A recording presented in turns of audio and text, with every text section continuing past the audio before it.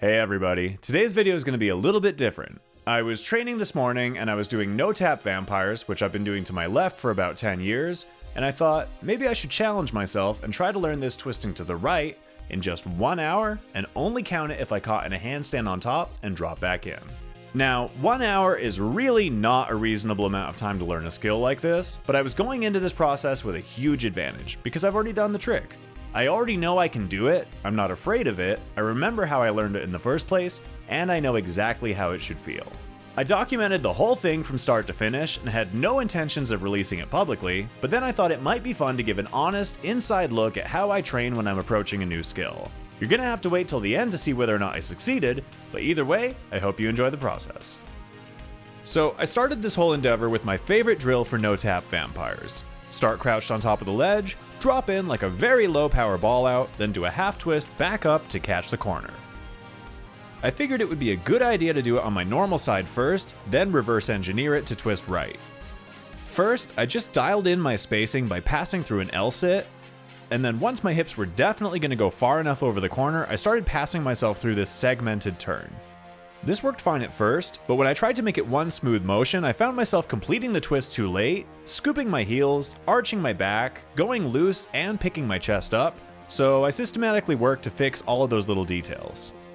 I also found that trying to also change the drop-in to twist right, as well as the trick, was another layer of weirdness that I really didn't want to spend too much time fixating on, and as long as you land square, it theoretically shouldn't matter which way you were twisting before you hit the trampoline.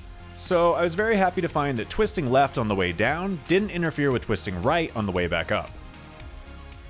As I started to make some changes, the biggest, most helpful things I did were keeping my chest down and my hips up, and remembering to stay hollow while leading the way with my left leg. After a decade of leading with my right leg to twist left, this felt very unnatural at first, but it also made everything much easier to do. I also took this time to get used to my visual reference points. I started fixing my gaze on the corner as soon as I hit the trampoline and watching it throughout the entire turn, which really helped with the timing and placement. This one felt pretty good.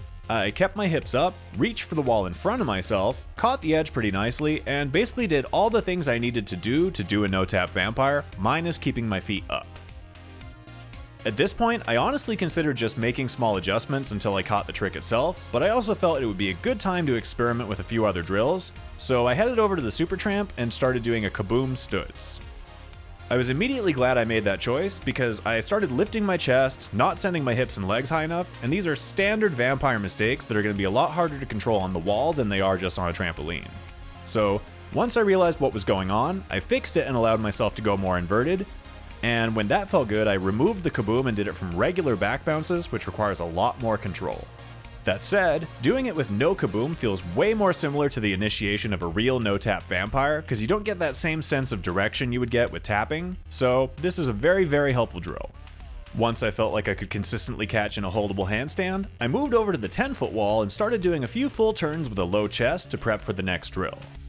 This was actually the weirdest feeling part of the whole process, because even though a full turn is a very basic fundamental skill, it's not something I've spent a lot of time doing twisting to the right.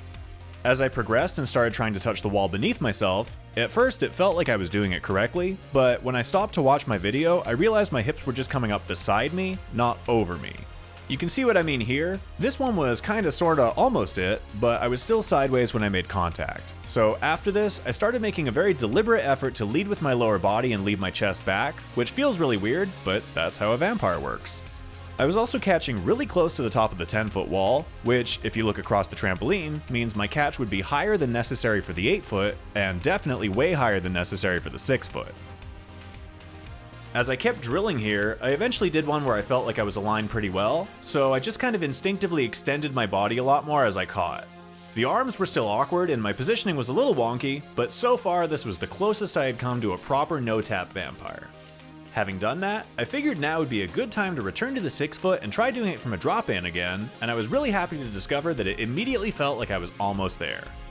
My main issue was not completing the twist before catching, so even if I got a decent grip on the corner, my weight was still pulling me out of a holdable handstand. To compensate, I started making the twist more deliberate and confident, but in doing so, I started blasting the trick itself a little too hard, staying piked, and overshooting my catch. Upon realizing I was doing this, I made one final adjustment by aiming my feet and hips up and allowing myself to extend as I caught, and that did the trick and got me my first proper right-twisting no-tap vampire.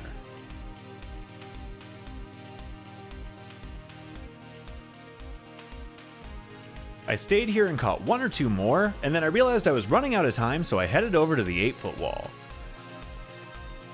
I typically find that vampires are a lot easier to catch on an 8-foot or higher wall compared to a 6-foot, so even though I was twisting right, that still held true, and I managed to catch one right before the time was up.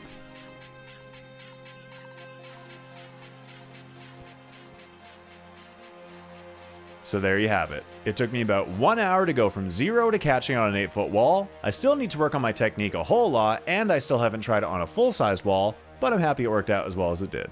I realize this video is quite different from my usual content, so if you want more stuff like this, just let me know in the comments below. But either way, I'll see you at my next tutorial.